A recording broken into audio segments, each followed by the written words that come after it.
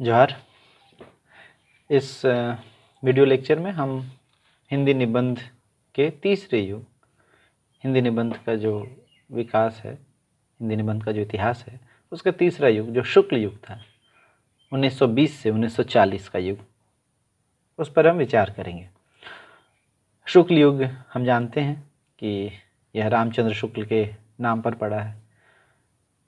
काल विभाजन के बारे में जब आपने पढ़ा होगा तो ये देखा होगा कि काल विभाजन का जो उद्देश्य होता है, एक तो वह अध्ययन की सुविधा के लिए और उस युग की प्रवृत्तियों को विशेष तौर पर समझने के लिए कृतियों के माध्यम से, कृतियों और उसकी विशेषताओं को और उस युग की प्रवृत्तियों को, उसकी परिस्थिति को समझने के लिए हम उसका काल विभाजन करते हैं। तो यह काल विभाजन कभी कभी प्रवृत्ति के आधार पर होता है, जैसे रामचंद्र शुक्ल ने आदिकाल को क्या कहा, वीर गाथा काल, मतलब कि उसमें प्रवृत्ति जो थी वह वीर गाथा की थी, यानी वीरता की रचनाएं खूब हुई।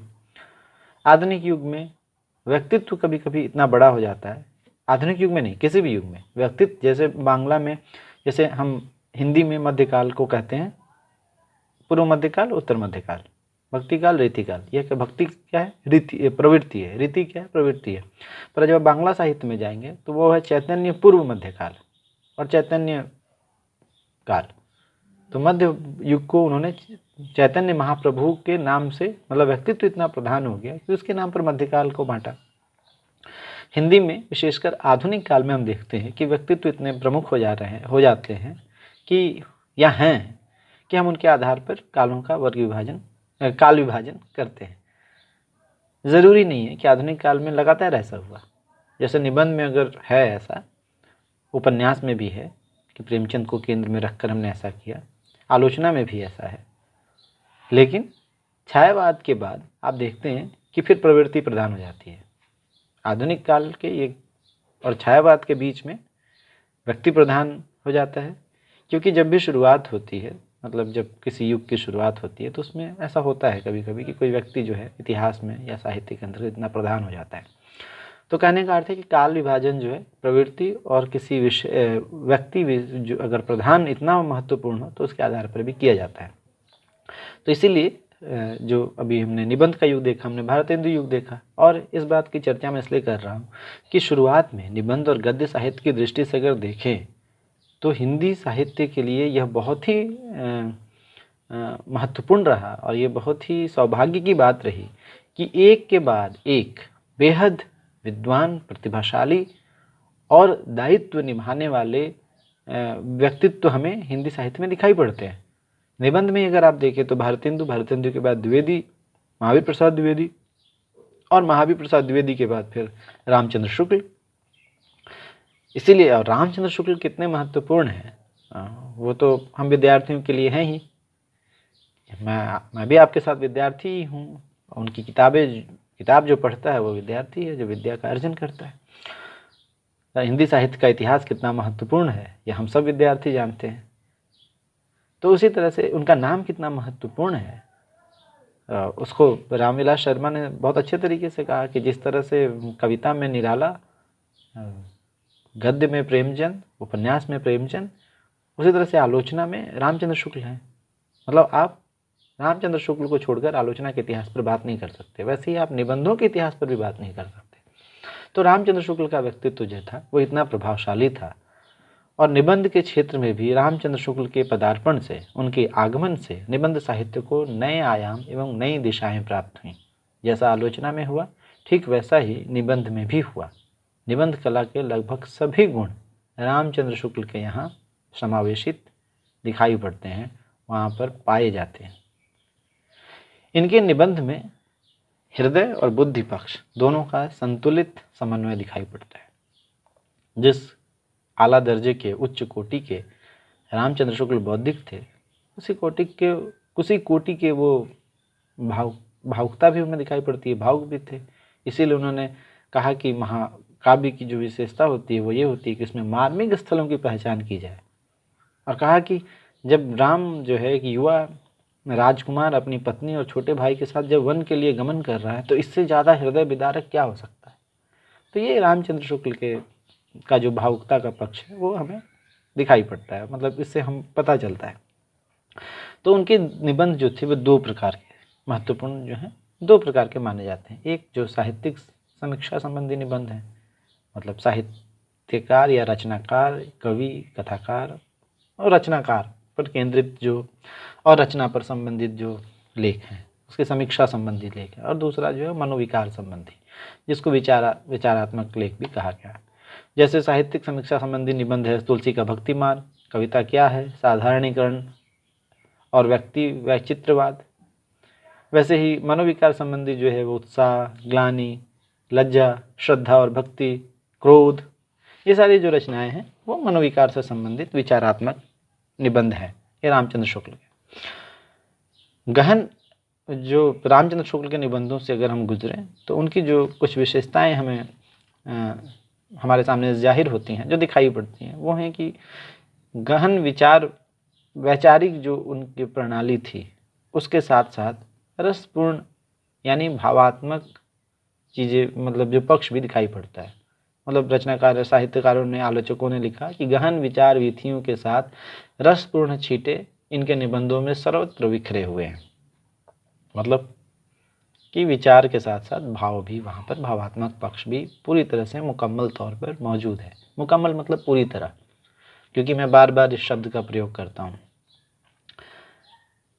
चिंतन की मौलिकता है कि नए तरीके से, बिल्कुल मौलिक तरीके से उन्होंने अपने निबंधों में विचार प्रस्तुत करते हुए दिखाई पड़ते हैं। और जब विश्लेषण करते हैं तो बिल्कुल सूक्ष्म से सूक्ष्म बातों को भी सामने रखते हैं, यानी सूक्ष्मता से विश्लेषण करते हैं। किसी भी विश्लेषण की खासियत यही होती है कि किसी बात के छोटे से छोटे पहलू को सामने रख दिया जाए ताकि समझने वाले को किसी तरह की परेशानी नहीं हो। और शैली जो है इनकी निबंध की दृष्टि से बिल्कुल प्रौढ़ है, वो जिस भी शैली का प्रयोग करते हैं। निर्णय करना कठिन है इनके निबंधों को देखते हुए कि इनके निबंध विषय प्रधान है या विचार प्रधान। दोनों तरह के, मतलब बिल्कुल मिले हुए हैं। व्यक्तित्व का भी, मतलब व्यक्तिकता का भी तत्व वहाँ मौजूद है और गंभीर विवेचन तथा सूक्ष्म विश्लेषण भी है। इसीलिए ये विषय, मतलब यह निर्णय करना मुश्किल हो जाता है कि वो विषय प्रधान लेख लिख रहे हैं या विचार प्रधान लेख लिख रहे हैं। भाषा की दृष्टि से हिंदी निबंध का आदर्श कहा जा सकता है, उन्हें आदर्श निबंधकार कहा जा सकता है, ऐसा ज़्यादातर आलोचकों का मानना है। कहे कि सारे आलोचकों का मानना है, मतलब जो निबंध पर जिन्होंने विचार किया। विषय के अनुरूप शैलियों का प्रयोग करते हैं, कहीं वे सूत्र शैली का प्रयोग करते हैं तो कहीं शोधपरक गवेषणात्मक शैली का प्रयोग करते हैं। किसी किसी लेख में एक साथ ऐसी दोनों शैलियों का प्रयोग करते हुए दिखते हैं। जैसे उन्होंने लिखा कि यदि प्रेम स्वप्न है तो श्रद्धा जागरण, तो एक मतलब जो ये सूत्र शैली का उन्होंने प्रयोग किया। अब इसकी जब विश्लेषण करेंगे तो जैसे तुलसीदास पर लिखा हुआ लेख, उनका जायसी पर लिखा हुआ लेख, उनके शोधपरक और गवेषणात्मक मतलब जो पद्धति को, मतलब शैली को दिखाता है। वस्तुतः मतलब ये गणपति चंद्र गुप्त की उक्ति है, गणपति चंद्र गुप्त का विचार है रामचंद्र शुक्ल, निबंधकार रामचंद्र शुक्ल के बारे में। उन्होंने लिखा कि वस्तुतः शुक्ल जी के निबंधों में वे सभी गुण मिलते हैं जो गंभीर विषयों के निबंधों के लिए अपेक्षित होते हैं। भारतेंदु युग सी मौलिकता उसमें है, भारतेंदु युग सी मौलिकता उसमें है, किंतु वह उनके छिछलेपन से दूर है। छिछलापन मतलब उथलापन, यानी सिर्फ छू कर चले आना, जहाँ पर गहराई ना हो। द्विवेदी युग की सी विचारात्मकता उसमें है, किंतु शुष्कता का उनमें अभाव है। यानी भारतेंदु युग की जो मौलिकता है, मौलिक रूप से कहीं से उधार न ली गई हो, बिल्कुल अपने विचारों को प्रस्तुत करना, तो ये मौलिकता वहाँ है, लेकिन उथलापन नहीं है, गहराई है। ठीक उसी तरह से द्विवेदी युग की तरह विचारात्मकता है, पर उनके निबंध द्विवेदी युग के निबंधों की तरह शुष्क नहीं है, मतलब उसमें सरसता है। इसी तरह से इस युग के जो दूसरे प्रमुख निबंधकार थे वह बाबू गुलाब राय, पदुमलाल पुन्नालाल बख्शी, योगी हरि, राय कृष्णदास, वासुदेव शरण अग्रवाल, शांतिप्रिय द्विवेदी और माखनलाल चतुर्वेदी थे। बाबू गुलाब राय हिंदी निबंध साहित्य के एक प्रमुख निबंधकार माने जाते हैं। मेरी निबंध, मेरी असफलताएं और फिर निराश क्यों, फिर निराश क्यों, यह इनके निबंध संग्रह हैं। गुलाब राय जो थे वो उच्च कोटि के आलोचक भी थे, साहित्य की उन्होंने काफ़ी सारे आलोचना की किताबें लिखी हैं। अतः उनके कुछ निबंधों में साहित्यिक समस्याओं पर विचार किया गया है। कुछ निबंध नितांत व्यक्तिक हैं जिन्हें बेहद रोचक ढंग से लिखा गया है। दूसरे जो निबंधकार थे वो थे पद्मलाल पुन्नालाल बख्शी, कुछ पंचपात्र, दो निबंध संग्रह अलग अलग, कुछ पंचपात्र। कुछ इनके प्रमुख प्रसिद्ध निबंध हैं अतीत स्मृति, उत्सव, रामलाल पंडित, श्रद्धांजलि के दो फूल। लेखक जो थे ज़्यादातर पद्मलाल के निबंधों की जो विशेषता है उसमें आत्मीयता के तत्व और भावुकता बहुत दिखाई पड़ती है और साथ साथ व्यंग्य का पुट भी इनमें निबंधों में दिखाई पड़ता है। जो श्याम सुंदर दास थे उनके निबंधों से इनके निबंध जो थे वो बहुत मिलते थे। शांति प्रिय द्विवेदी एक दूसरे निबंधकार थे जिनको छायावाद के एक प्रसिद्ध आलोचक के तौर पर जाना जाता है। तो इन्होंने एक तरफ आलोचनात्मक निबंध लिखे तो दूसरे बिल्कुल व्यक्तिक निबंधों की रचना की। कवि और काव्य, साहित्यिकी, ये इनके निबंध संग्रह हैं जिसमें इनके निबंधों का संकलन है, जिसमें ज़्यादातर भावुकता और आत्मीयता की प्रधानता दिखाई पड़ती है, ऐसा आलोचकों का मानना है। और एक निबंधकार थे वासुदेव शरण अग्रवाल, जो शुक्लोत्तर युग में भी इनकी कई रचनाएं प्रकाशित हुई। ये ज़्यादातर सांस्कृतिक विषयों पर निबंध लिखते थे। इन काफ़ी मतलब एक विद्वान के तौर पर काफ़ी इनका आदर है हिंदी साहित्य के अंतर्गत। तो इनके निबंध जो हैं वो शुक्लोत्तर युग में भी कुछ प्रकाशित हुए, जहाँ उसकी थोड़ी सी चर्चा हम शुक्लोत्तर युग में भी करेंगे। माखनलाल चतुर्वेदी कवि थे, प्रमुख मुख्य रूप से राष्ट्रीय काव्यधारा के कवि थे, स्वच्छंदावाद के कवि थे। तो इन्होंने भाव प्रधान निबंधों की रचना की, लेकिन माना जाता है कि इन्होंने गंभीर चिंतन भी इनके निबंधों में विद्यमान है। और कवि थे, इसी वजह से इनकी भाषा और शैली जो है वो लाक्षणिक और प्रतीकात्मक है, यानी प्रतीकों का खूब प्रयोग किया अपने निबंधों में। तो कुल मिलाकर इस युग के निबंधों की विशेषताएं जो है रामचंद्र शुक्ल के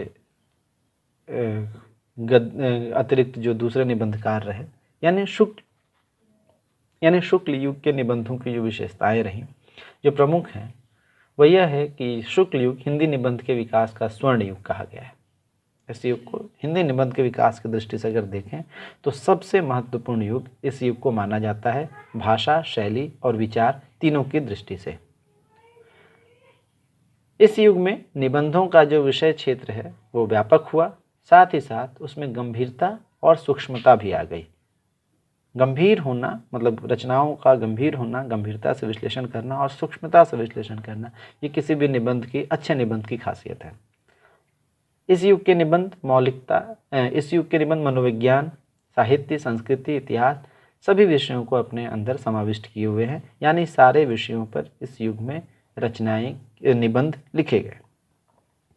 इनमें विषयों की मौलिक समस्याओं को बड़ी सूक्ष्म पकड़ के साथ प्रस्तुत किया गया, किंतु निबंधों में भावुकता एवं आत्मीयता का तत्व भी पर्याप्त मात्रा में दिखाई पड़ता है। पांचवी जो विशेषता है वह यह है कि निजी अनुभूतियों एवं व्यक्तिक अनुभव, निजी अनुभूति और व्यक्तिक अनुभव, एक व्यक्ति जो अनुभव करता है उसका प्रकाशन भी खूब हुआ, यानी उसको भी निबंधों में लाया गया और उससे निबंधों की रोचकता जो है वह बढ़ी। और छठी जो और अंतिम नहीं, और कई सारी विशेषताएं होंगी जो मैं यहाँ पर कह रहा हूँ, उसमें अंतिम कि भाषा शैली की दृष्टि से, भाषा और शैली दोनों की दृष्टि से यह युग द्विवेदी युग की तुलना में विकसित और प्रौढ़ है, और जो कि होना भी चाहिए था। मतलब यह एक नेचुरली भी ऐसा होना चाहिए था, जैसे भारतेंद्र युग का विकास द्विवेदी युग में दिखाई पड़ता है, विशेषकर भाषा और शैली की दृष्टि से। तो वही द्विवेदी युग के बाद शुक्ल युग में भी भाषा और शैली की दृष्टि से प्रौढ़ता दिखाई पड़ती है।